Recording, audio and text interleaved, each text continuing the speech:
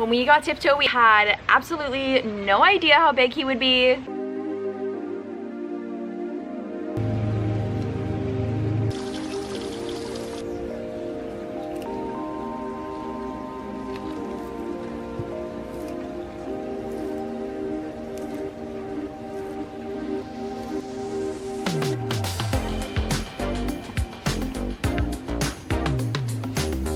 I got Tiptoe when I was 7 years old from Santa Claus. I had put him at the very top of my Christmas list and I just needed a tortoise. I really did.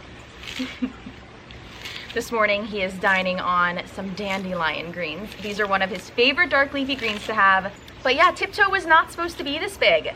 Santa brought me the most adorable, littlest lad. This is Tiptoe. A few months after I got him, he's on our kitchen counter and you can see that he is quite tiny. And when Santa brought Tiptoe, Santa did not do all of his research. However, the pet store that Santa got him from said that Tiptoe would grow to be a foot long in length.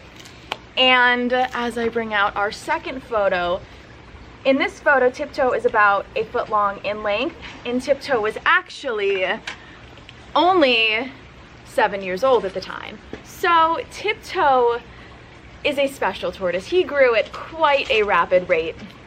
Sulcatas all grow at different rates anyways, but Tiptoe is definitely a special one. So upon getting Tiptoe, we didn't really know what goes into owning a tortoise. You know, they sell them at pet stores, it's pretty common. It's actually quite unfortunate because a lot of people will get animals such as an African sulcata tortoise and not know the correct way to take care of them. We did quite a bit of research after we had Tiptoe in the house, went to a couple of tortoise conventions and learned everything that we could so we would know how to take care of and manage an animal that is this size because he grew quite quickly. So this is Tiptoe at he's probably 5 there. You can see the coloration on his shell. It's much darker, whereas now it is faded over time, which happens naturally due to the sun and whatnot.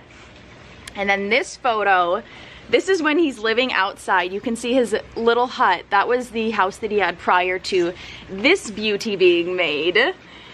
And we're just chilling in the backyard. He's definitely more than a foot long here, and I'm pretty tiny, so I would think that I'm like 12, 13 here. So Tiptoe got his name for multiple different reasons. When he walks, he's up on his tippy toes, and it's quite possibly the cutest thing ever, especially when he was a baby. You can see how long those nails are. It really was like a little pitter patter. So the name Tiptoe absolutely made sense. Nowadays, he's kind of like a stomp. I don't know, we could get more creative with names, but I think that Tiptoe really elicits his personality well. And got his name halfway for that and halfway because of this beanie baby. It's beautiful. Tiptoe Thai beanie baby. Hi, buddy. Hi, buddy.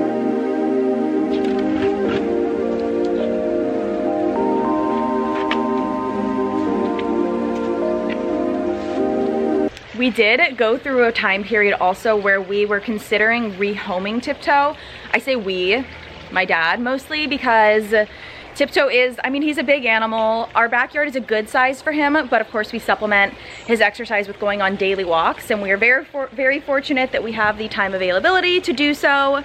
If not, then maybe Tiptoe would be in a bigger space. But when we were considering rehoming him, we went to multiple locations to check it out, just because we're not going to drive our beautiful animal somewhere and just dump him. So we checked out a few places and they were fine, but there were a lot of other tortoises there, and these are solitary animals, so there was a concern that there would be aggression and Tiptoe could get hurt, so we didn't want to do that. And then we also went to a lot of yards that just didn't tickle our fancy, to put it the nicest way. And I'm forever grateful that we did not do that. Like that face? Oh! Growing up, my brother had a ton of really cool animals. He had stick bugs, he had hermit crabs, he had hamsters. And again, the little sister trait, I just cannot help it. I wanted an animal that was unique. You know, I had seen my brother have all of these cool animals, so unique, so special. And part of me, I think, just wanted to one-up him. Ooh.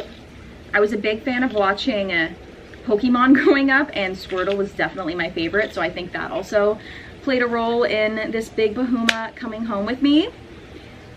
Yes. Yes. And he does have quite the personality. Quite the personality. I feel like he's been around us for so long, and we've just kind of made him a part of the family. He's very social with humans. He isn't the craziest about the dogs. He's not aggressive or anything, but just like, why be bothered? He'll go up to them, he'll sniff them out, but they're not that exciting to him. Fair. He's a food boy.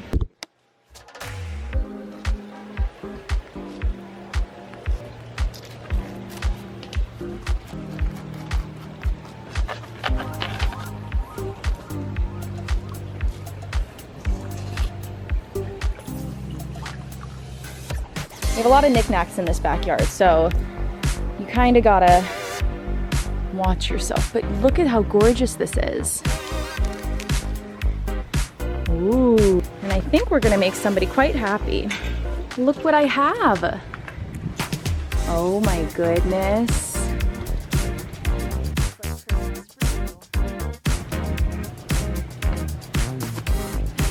As you can see, Tiptoe has these white lines that run between his scutes, and that means that he's going through an additional growth spurt.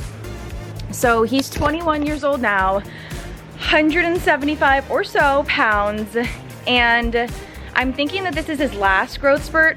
Sulcata tortoises reach maturity at 15 and he's 21, so he's like 6 years, almost 7 years out from that. He's my growing boy though, so I'm proud of him. He's doing great. He's doing huge things. Over the years, Tiptoe really has helped me, not only with my mental health, but also just with my day-to-day life. I feel like he really puts things into perspective. And I know it's just a tortoise, but there's a lot of things that you can learn from a tortoise. They're a lot more like us than you would think. And the days that I try to take care of myself like I take care of Tiptoe, which I do go a bit overboard sometimes, however, it makes me happy, pushes out that dopamine. And learning from Tiptoe, learning to slow down and really appreciate the small moments is one of the greatest gifts. Hi. Oh.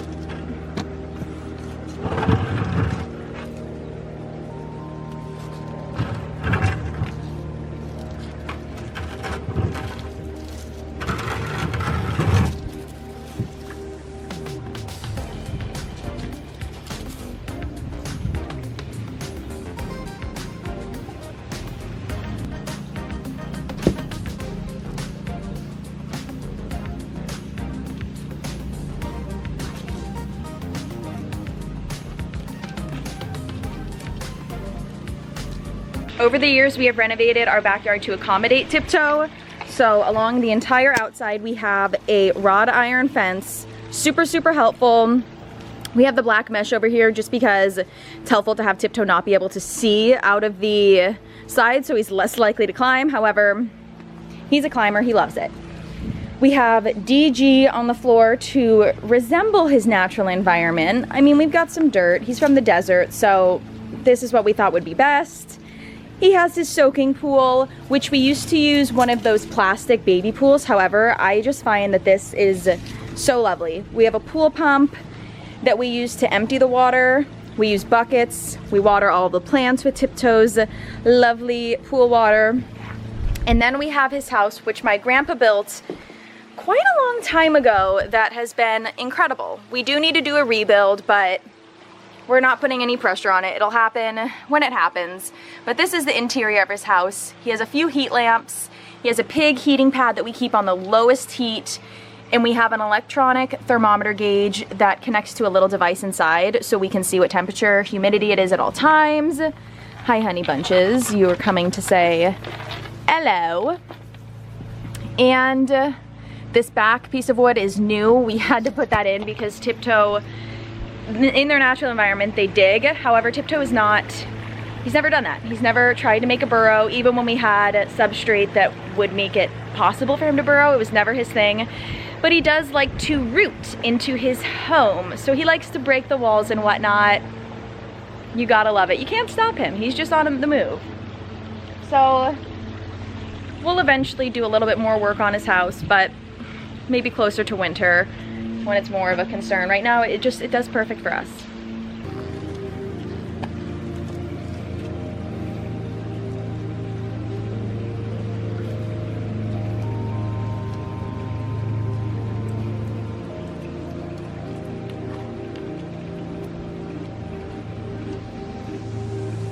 Thank you guys so much for watching, and as always, please like, subscribe, comment if you like this video, as it really supports our channel. So I hope that you guys have a wonderful day like Tiptoe. Treat yourself to something nice, have a nice meal, take a little spa time for yourself, maybe go on a walk. Any of the above. Get into the Tiptoe mindset, slow and steady, baby.